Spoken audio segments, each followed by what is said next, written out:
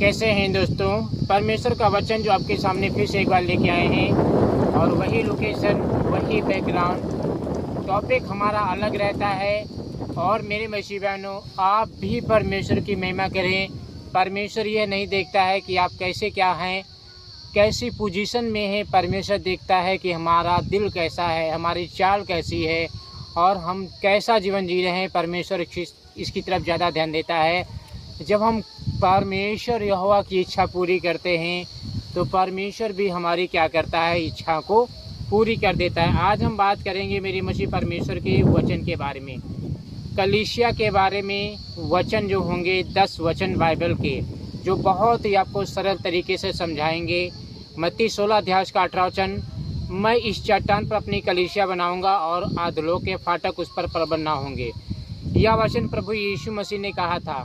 यहाँ कलीसिया सेवन भोजन नहीं है, यानी जो कलीसिया है ये केवल भवन नहीं है, बल्कि उन सभी विश्वासियों का समूह है जो यीशु मसीह पर विश्वास करते हैं। जो आज हमारे गांव में छोटी छोटी कलीसियाएँ हैं, आपके गांव में कलीसियाएँ हैं, ये परमेश्वर ने स्थापित की हैं। और परमेश्वर यहोवा कहते हैं, मेरे नाम से जहाँ 2 या 3 जन इकट्ठा होते हैं, मेरे नाम से जहाँ 2 या 3 जन प्रार्थना करते हैं, मैं इनके बीच में होता हूँ। यानी अगर आप पति पत्नी घर में प्रेयर कर रहे हैं रात को या सुबह को और बच्चों के साथ प्रेयर कर रहे हैं, तो प्रभु यीशु मसीह आपके घर में उपस्थित रहते हैं। आपके रिश्तेदार अगर वहाँ प्रार्थना कर रहे हैं तो प्रभु यीशु मसीह वहाँ उपस्थित होते हैं।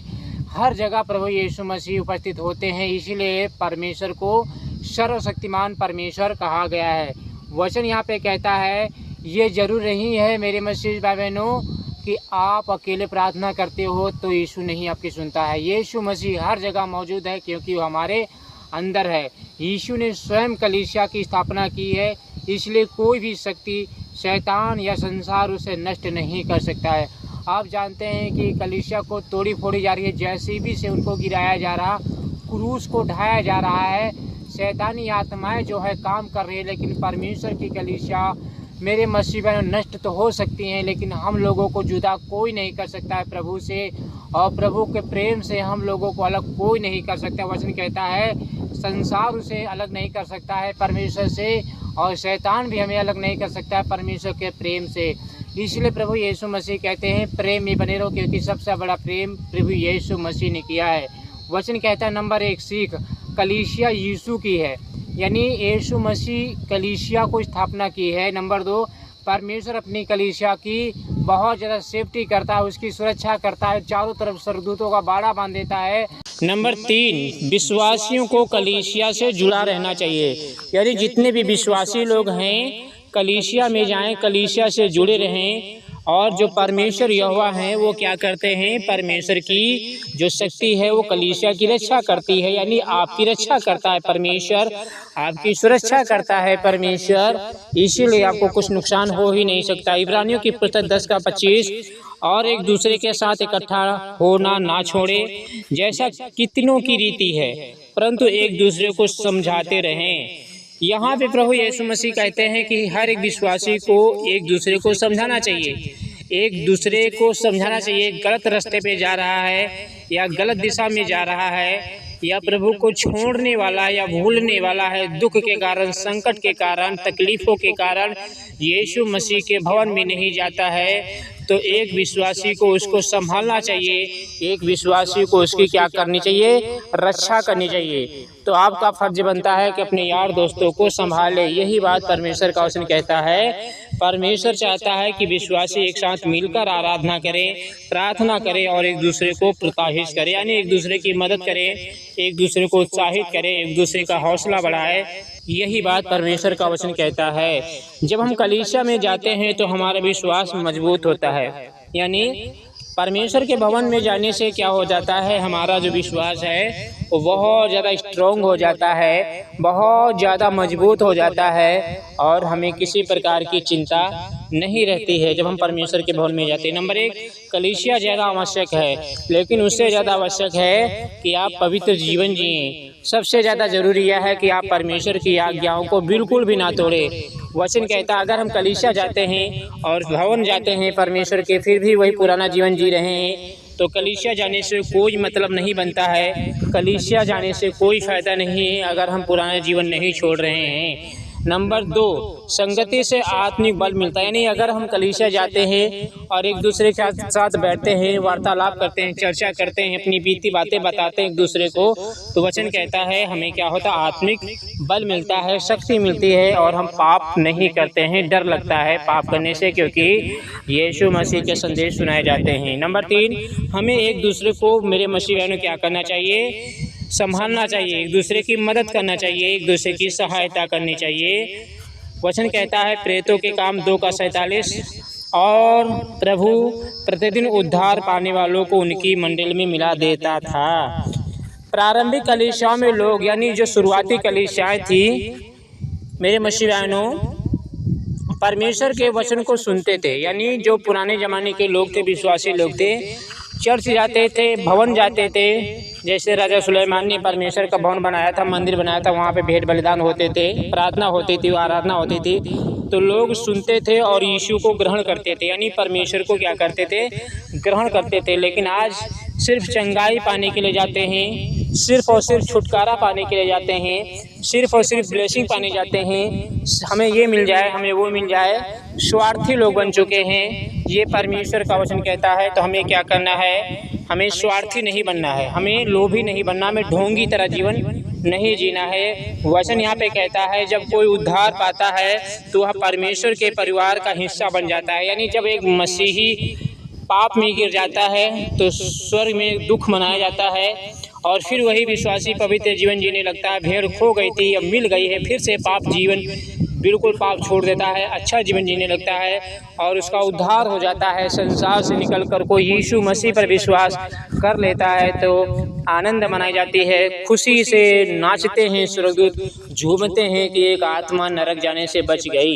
ये परमेश्वर का वचन कहता है। और लूसीफर के दूत जो होते हैं वे तांडव करते हैं, वे रोते हैं, वे कुछ और फिर उपाय करते हैं उसे पाप में गिराने के लिए। जो मेरे मसीह में शुरुआत में मसीही जाता है, फिर प्रभु विश्वास करता है, उसके जीवन में शैतानी आत्माएं काम करने लग जाती हैं, क्योंकि उसने शुरू परमेश्वर के भवन गया और वचन का बीज बोया गया और शैतान आता है, चुरा ले जाता है। ये परमेश्वर का वचन कहता है। मेरे मसीह नंबर 1, कलीसिया परमेश्वर का एक हिस्सा है, परिवार है। जैसे हमारे घर में परिवार में लोग, माता पिता, भाई बहन, रिश्तेदार सब रहते हैं, हम लोग परिवार के साथ रहते हैं, बाल बच्चों के साथ रहते हैं, तो हमारा परिवार होता है। वैसे ही परमेश्वर का घर, परमेश्वर का भवन, एक कलीसिया, एक क्या है, परमेश्वर का घर है।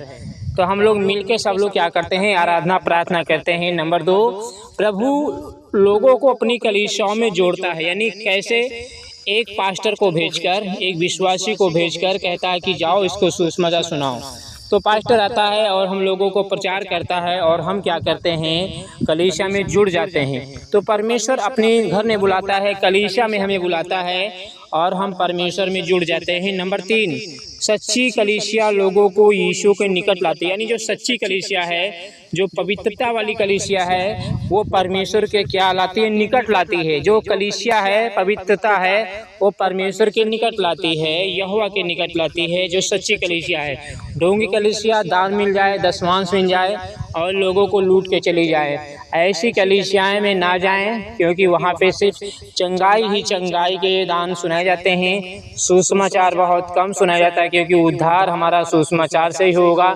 चंगाई प्रभु यीशु मसीह देते हैं, क्योंकि वो जानते हैं कि एक बेटे को, हमारे बेटे बेटियों को चंगाई की सख्त ज़रूरत है, चंगाई की आवश्यकता है। इसीलिए प्रभु यीशु मसीह हमें चंगा भी करता है।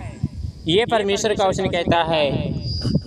नंबर 3, कलीसिया का सम्मान करना चाहिए, यानी इज्जत करें, लोगों को पानी पिलाएं, टाट बिछाएं, बेंच बिछाएं। मेरे मसीह में चप्पल अगर खो गए वो भी आपको सही करना है। कलीसिया की सेवा करनी, भंडारा अगर हो रहा तो वहाँ पे खाना ले जाना, खाना परोसना है। और वचन कहता है कलीसिया में थोड़ा दान ले जाएं, आटा दाल चावल या पैसा दें, ताकि लोग खाना खा सके। जब परमेश्वर के भवन में कोई प्रोग्राम होता है तो परमेश्वर के भवन में आपको पैसा लेके जाना है, आटा दाल चावल लेके जाना है, ताकि जो लोग नहीं लाए हैं, जो नए नए आते हैं, उनको अच्छा लगे, अच्छा फील लगे कि परमेश्वर का भवन कितना अच्छा है।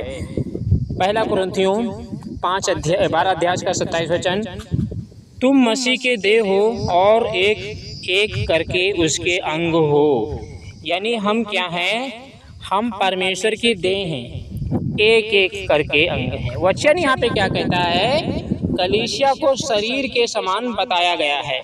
जैसे शरीर के अलग अलग जो हमारे ऑर्गन होते हैं, लीवर, किडनी, ये सब क्या है, अलग अलग हैं, अलग अलग काम कर रहे हैं। और अगर एक फेल हो जाता है तो हमारी गाड़ी बंद हो जाती है। तो जब सब काम करेंगे तो हमारा शरीर काम करता रहेगा। तो वचन कहता है अलग अलग अंग मिलकर काम करते हैं, वैसे ही विश्वासी मिलकर परमेश्वर की सेवा करते हैं। यानी हमारे शरीर में अंग जो हैं वो अलग अलग हैं और सारे लोग मिलके काम कर रहे हैं। दिल हमारा अलग है, दिमाग अलग है, फेफड़े अलग हैं, आंतें हमारी अलग हैं, आँख हमारी अलग है, ये परमेश्वर नाक कान अलग हैं। तो सब जुड़े एक में ही हैं, लेकिन काम इनका अलग अलग है। ये परमेश्वर का वचन कहता है। ऐसे ही कलीसिया में लोगों को क्या करना चाहिए, एक दूसरे की मदद करनी चाहिए, एक दूसरे की क्या करनी, सहायता करनी चाहिए।